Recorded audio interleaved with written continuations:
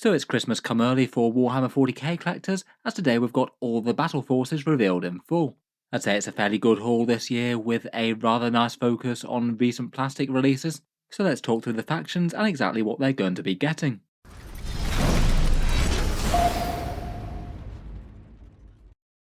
Hello and welcome back to Warspets Tactics, where today we're talking Christmas Battleforce boxes, and in this video we're going to go through each and every one of the 6 new boxes, talk about their contents, how much it would cost if you bought them separately, their points costs in game, and a few thoughts on the models and unit compositions. Games Workshop's 40k Christmas Battle Forces are relatively big news each year. Generally they tend to have some pretty interesting offerings for people of the different factions, and aren't usually the worst idea for jumping into an army if you should wish to. The way it usually works is that there's usually around about 6 or 8 Battle Force boxes available for some select factions in the game. Not every army gets one, and it does seem that Games Workshop might be rolling a bit back to business as usual this year. Previously they had a whole bunch of extra Space Marine Battle Force box sets come out, but my suspicion was that that was a different release that they decided to repurpose a bit, and weirdly enough some got lumped in with the Christmas Battle Force boxes, some didn't. In any case, the lucky receivers of a Battle Force this year are Space Marines, World Eaters, Leagues of Votann, Orks, Tyranids, and Astra Militarum. And as mentioned, there does seem to be a pretty heavy focus on relatively new releases in these ones. 5 of the factions have had very heavy model releases over the past year, and those models feature rather prominently in these, and the Orks, which were a little bit before that, again is basically entirely made up of their latest release of models. In general, I think that's quite a helpful thing, particularly for people who are jumping into the faction, to get a bunch of the new and most exciting and up-to-date stuff. And it might be a little bit more handy for more veteran players of those factions, as they might be a little bit less likely to have added these to their collection compared with a bunch of other things. For the Battle Force boxes, last year's pricing was £130, €170 or $210, so I'd guess the prices will be somewhere roughly around this. We have had a year's worth of inflation since then, though it's not impossible that Games Workshop could have increased the prices. Typically, at least, the boxes have tended to be relatively good in terms of discount compared with the models that are within them, usually around about the 40 to 50% mark sometimes. And if that price holds steady, it seems that most of them would have a round about that sort of level of discount this time, maybe a bit more like 40% than 50 though. So far, I don't believe that they've told us an official release date, though last year's release was around about the 3rd of September. That was when pre-orders went live. I feel like they often do it the weekend after Black Friday, so I'd look out for them sometime in early December. Let's jump into them though, and first up we have the Leagues of Votann with their Defenders of the Ancestors box. This one I think is going to be really quite a good one if you did want to jump into this army. They've got the Einherjar Champion, Grimnir, 10 Einherjar Hearthguards, a Sagittor, and a Hecaton Land Fortress. I personally really quite like both the unit mix and also the amount of discount that you get on this one. Basically, Leagues of Votann do have really quite a small range at the moment. They've got a combat patrol that's got the Hearthkin, the Chthonian Berserks, and the Hernkin Pioneers here, so basically this gives you pretty much everything else that isn't in that combat patrol. I feel like if you did want to start a Space Dwarf army for Christmas, then picking up this plus a combat patrol would be an absolutely excellent start, basically the vast majority of units in their roster, and all looking like they'll be at a pretty solid discount on top of that. Out of the two, I'd say that this one is perhaps the more interesting in terms of units performance in game. I'd say literally everything here is competitive for Votann at the moment. Sagittors and the Einherjar Hearthguard, both in particular, I think are really stand out. Both the characters are usable, and generally Votann lists tend to use quite a good mix of characters, and the Hecaton Land Fortress is very efficient as well. Now it's down to 225 points. Quite a scary unit to use that sustained hit stratagem on. Probably doesn't really hurt that Votann are doing rather well in game at the moment. Most of their units are really quite good. Maybe the only exceptions really are the standard Hearthkin are just a little bit lukewarm, and Uthar the Destined isn't that great. Overall, the unit mix doesn't actually seem too bad either. Perhaps the weirdness here is that there's no dedicated unit for the Sagittor to transport, and the Grimnir doesn't have a squad to go in, but both of those are pretty easily remedied by adding in a squad of Hearthkin warriors, either just from an individual box or from a combat patrol perhaps. The box set is still fieldable straight out of the box though. You can just put the Grimnir in the Sagittor, and that's not even a terrible use of it. It definitely feels a bit weird and alternative, but people have done that in competitive lists. Full price of the miniatures that are contained in this, you'd be looking at £237, €313 or $385. That means that if prices did stay the same, you'd look at around about a 46% discount on that, which is genuinely very good by Games Workshop standards. It does look like it adds up to be the single most value of miniatures in the box money-wise. Otherwise, for points on the board, I think it's fairly fine as well. 750 points, even with a lot of these units being about as cheap as they've ever been, given that Games Workshop slashed the price on most of them quite a lot. Overall, I'd say that this is perhaps one of the best out of the box sets. A big discount, really quite exciting competitively relevant units that don't overlap with the combat patrol, and a fair amount of points. Next up, we've got the Orks Beast Snagga Stampede. This one's fairly squarely centred at Games Workshop Savage Orc range that came out around about 2 years ago now. And again, I think that this is one of the first places that a bunch of these have been discounted. In the box, there's a Beast Boss on Squigosaur that you can also build as Mozrog Scragbad as pictured here, 3 Squighog boys plus the Norb on the Smasher Squig, 10 Beast Snagga boys, a Kill Rig that you could also build as a Hunter Rig plus Whirboy, and a Pain Boss. Overall, I think they're nice enough models. I feel like they might just be a little bit less universally appealing though compared with maybe the Leagues of Votann, just as it very much is exploring one theme within an Orc army. And while plenty of people do quite like the Beast Snagga Savage Orc vibe, it's not necessarily the thing that everyone wants for their war. The models are quite fun though. I think my favourite ones out of them are the Squighog boys plus the Squigosaur boss. And for the most part, I'd say that the majority of them are really quite good in game at the moment. Orcs in general are doing quite well, really. Certainly, literally everything that's riding a Squig here is absolutely top tier for Orcs. The Smasher Squig Nog, given Ed Whopper's Kill Chopper for the devastating wounds, is pretty potent, and the regular Beast Snagga boys are pretty nice as well, really quite efficient greenskin violence. Perhaps the Kill Rig and the Pain Boss are a little bit more niche choices though. In terms of money, this one's £220, €288, or $365, adding up all the value of the kits, so that would equate to around about a 41% discount by last year's prices. Again, pretty respectable as Games Workshop goes, and it's one of the better ones compared with the rest as well. On the board, depending on exactly how you build the Kill Rig or the Beast Boss versus Mozrog, it's around about 730. Again, not too bad for Orcs there, given that they tend to be at least a fairly expensive army to collect comparatively.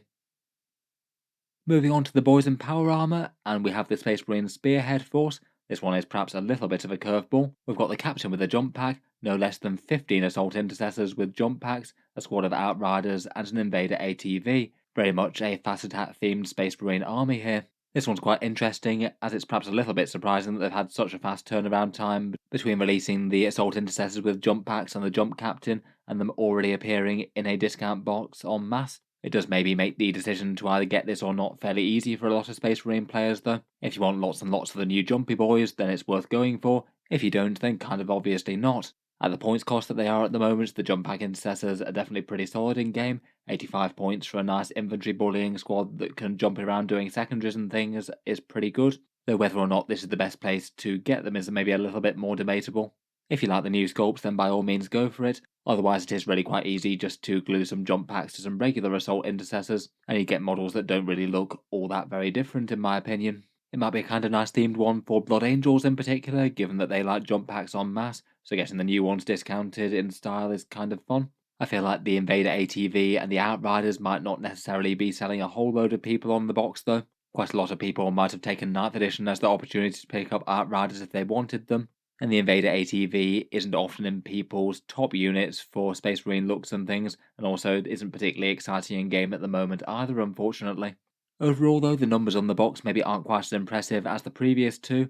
It's £198, €258, or $330 worth of kits in here. That one would make it the lowest combined cost of models added together, around about a 35% discount compared with last year's prices. I would bear in mind though that there's at least a possibility that they might have these box sets come out at different prices. They have done that in the past, though they didn't last year. The metric that this one really does come last in though is the points cost that you get on the board for your investment. It's only 505 points here, which is kind of surprising to be the absolute lowest for a Space Marine army. It's around 200 less points on the table than any of the other battle forces that you could pick up here, and that's just due to all of these guys maybe not being enormously threatening in game at the moment, so they're really quite cheap to play on the board. I do kind of want to like this one. I was aiming to pick up some of the new Jump Intercessor models for my Blood Angels at some point. I must admit I don't find the ATV or the Outriders as inspiring going alongside them though. Moving on, we've got the other launch faction of 10th edition getting a box as well. Tyranids get their Onslaught Swarm, and again this one goes very heavy on the new model sculpts that they just had come out alongside their codex, including none other than the enormous hulking Norn Emissary. I'm sure that one's going to be of interest at least to some people. Otherwise, alongside the Emissary, there's a Hive Tyrant that can either be fielded with wings or walking, 20 Hormagaunts, 10 Gene Stealers, and 2 Ripper Swarms, The Hormagaunts and Genestealers again are the newer sculpts, both of which I think are really quite effective updates to the classic models that they replaced. Overall, I think this one really is quite a cool box for Tyranids. No overlap with the Combat Patrol at all, so if you were getting into the faction, this plus a Combat Patrol could work quite well, maybe particularly because the Hive Tyrant isn't included in the Combat Patrol box anymore. I'm sure that the new sculpts for the Hormagaunts and the Genestealers would also tempt people, though I feel like the Emissary is definitely going to be the real selling point. The Hive Tyrant might be a model that more veteran Tyranid collectors are almost certainly going to have one or two of in their collection though, and that might mean that the box is not quite as tempting for them. At the moment for these guys, I'd say that most of them are just kind of mediocre in game at the moment, perhaps a bit more so than the others, though I suppose it is a little bit detachment dependent. The Hormagaunts and Genestealers I think are both fine, both really coming into their own only in their own detachments though, like the Hormagaunts in Unending Swarm and Genestealers in the Vanguard Onslaught. The Lord Emissary is nice enough, get big objective control when standing on a midfield objective, and be very very tough to remove there. It's certainly a fairly easy model to use as they go. And the Hive Tyrant might vary a little bit again depending on detachment. A walking one's quite nice in the standard invasion fleets for Feel No Pains. The Hive Tyrant with wings can be fun in Vanguard Onslaught. I'd argue that most of them aren't just auto-includes that you take in literally every single Tyranid list though. For the cost of these, it's £200, €263 or $330. Again, kind of similar to the Space Marine price point there, around about 35% off. I guess if they do wind up having variable prices on these guys, I guess that this one would also be one of the cheaper ones. The metric that it does do well on though is points on the board. It is the single highest pointed one if you want to get as many points of Tyranids on the board for as cheap as possible. It's around about 840 points on the board here, depending on whether you build the Hive Tyrant with wings and the Emissary versus the Assimilator. Not too bad if you want a respectable reinforcement to your swarm, I guess there, plus the really cool new Emissary model, which I do quite like. Again, another pretty solid way to add to a Tyranid swarm alongside things like the Leviathan box or the Combat Patrol bought through one of the starter sets, as it's cheaper that way. World Eaters next, and one of the other big releases within the last year. Angron himself, plus 2 units of 3 8-bound, which can be built as standard or the Exalted ones, and 10 Khorne Berserkers. For this one again, I feel like it's one of the boxes that's got just a very big central decision sort of miniature. Do you want Angron or not? If yes, then the box is going to be pretty tempting. If not, then it's not going to be worth it. Again, like a couple of the others, this one will be quite a nice one to go alongside the Combat Patrol for World Eaters. That one gets you the Lord on Juggernaut, plenty of Khorne Berserkers plus the Jackals, and now this one's a way to get Angron and 8-bound discounted. The two of those paired together works rather nicely. Primarchs are really quite popular miniatures, so really quite nice to see them here. And I'd say that literally all the miniatures here are solidly effective in game at the moment. World Eater's got some rather nice balance changes where the right units went down in cost. Most of their army is really quite usable now, and they're at least fairly strong with a win rate around about 50 to 51%. I guess it might be tempting to get a Rhino or something to transport those Berserkers around though. For the cost of the models individually, it's £215, €285 or $355, around about a 40% discount compared with buying them separately if last year's prices hold steady. And adding up the points cost, if you build one of them as 8-bound and one as Exalted 8-bound, you wind up getting a rather lovely 800 points price tag there. Pretty appropriate for the World Eaters there. I'm sure Khorne will be very pleased, though he would have preferred 888. In any case, it's more points in the box than you'd find in most of the rest of them. Overall seems rather good for World Eaters players, I think. All new kits that came out within the year, including a Demon Primarch no less, plus the 8-bound, which haven't really been discounted in meaningful ways so far.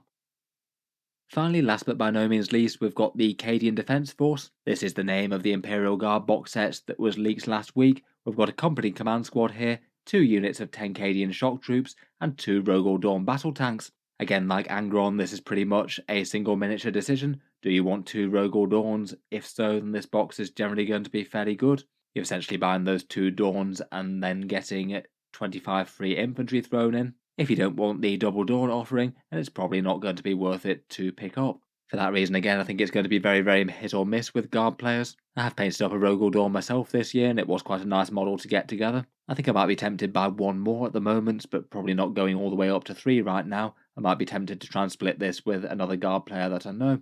In general, I feel like extra infantry is rarely going to be the worst idea for Imperial Guard collectors out there. The other infantry that you get are the Cadian shock troops plus the Cadian command squad. I feel like maybe there's a little bit of unfortunate overlap with the combat patrol there. Extra Cadian bodies with las guns are never really the worst thing to have in loads and loads of multiples, though an extra command squad might be a little bit more hit or miss. You certainly can run multiple if you want to, though I feel like most lists wouldn't be quite as inclined to spam them. For the cost of the miniatures, Imperial Guard are generally a famously expensive army to collect. These ones will be £207, €275, or $345, sort of middling with the discount at 38%, a little bit less than a few of the others if they are indeed all priced the same. For points on the board, it's one of the slightly lower ones again at 705, though I'd say this isn't really all that bad for the Guard, admittedly. Almost all of the points are made up in those 2 Rogue or Dawn tanks as well. If the box set was less armor heavy, then it would definitely get a lot less than this. Overall, interesting enough, if you want enormous Guard armor, I guess this is the box for you. If not, then probably leave it alone. At least currently pretty much all the choices in this are pretty competitive for the Guard right now. Rogue or Dawns in particular are really quite efficient big tanks. Overall, some pretty exciting stuff there. I feel like personally perhaps the Leagues of Votann and the World Eaters box might be some of the best ones to pick up for their respective factions. Quite a nice combination of good discounts, a fair few points on the board, plus quite a nice breakdown of models. Things are both strong and don't have too much overlap with their combat patrols. Literally all the rest seem pretty interesting to the right player though. They just maybe feel a little bit less generalizable to literally everyone wanting to start the faction or jump in with a combat patrol. Look forward to hearing your thoughts down in the comments below. Feel free to subscribe to Auspex Tactics if you'd like to see more like this. I do tend to post new 40k videos just about every day. Finally, if you have been enjoying all the videos on the channel, I would just like to mention that Auspex Tactics does have a Patreon page as well, and you can find that linked in the video description if you'd like to help support and keep these videos coming. Channel patrons do get a fair few advantages, seeing certain videos early, regular votes to see what sort of things happen next on the channel, and automatic entry into the regular prize giveaways with a chance to win some big model kits each month. If any of that sounds good to you, or you'd just like to help support, the link is down in the video description. In any case, an absolutely massive thank you for listening, and I'll hope to see you guys next time.